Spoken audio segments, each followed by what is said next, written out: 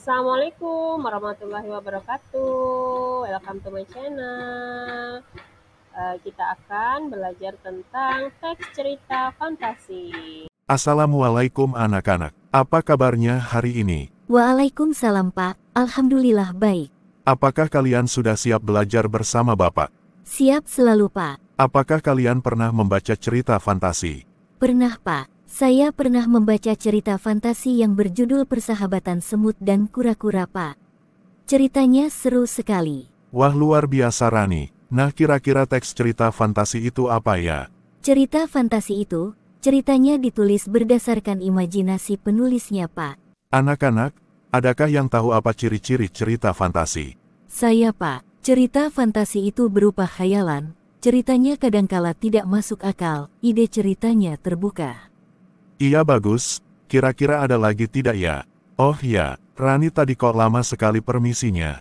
Rani sakit perut Pak. Menurut saya cerita fantasi itu latarnya tidak terikat ruang dan waktu Pak. Dan lagi tokoh-tokoh dalam cerita fantasi itu diceritakan memiliki kekuatan super di luar nalar manusia. Wah, bagus sekali Nina. Nah, kalau struktur cerita fantasi apa ya? Setahu saya struktur cerita fantasi itu ada orientasi, kemudian komplikasi, dan resolusi Pak. Hanya saja saya masih bingung tentang bagian masing-masingnya. Ya baiklah, Bapak akan menjelaskan tentang masing-masingnya. Orientasi adalah tahapan pengenalan, hal yang dikenalkan bisa tokoh, latar, maupun karakter. Tahapan komplikasi merupakan tahapan konflik atau permasalahan. Pada tahapan ini muncul permasalahan dalam cerita. Nah, terakhir tahapan resolusi, merupakan tahapan penyelesaian masalah. Masalah-masalah yang terjadi mulai ada penyelesaiannya. Terima kasih atas penjelasannya Pak. Saya mulai paham sekarang tentang struktur cerita fantasi. Boleh saya tanya lagi Pak?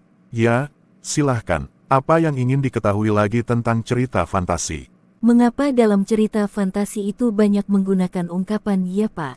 Banyak kata-kata kiasnya. Ya, dalam cerita fantasi memang banyak kata-kata kias. Itu salah satu ciri-ciri cerita fantasi. Ada ciri-ciri yang lain yaitu menggunakan kata sambung penanda waktu seperti kemudian, sementara itu, ketika.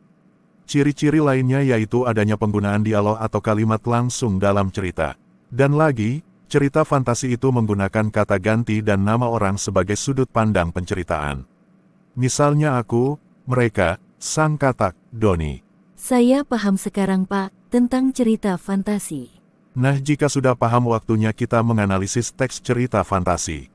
Tetap semangat belajar ya anak-anak.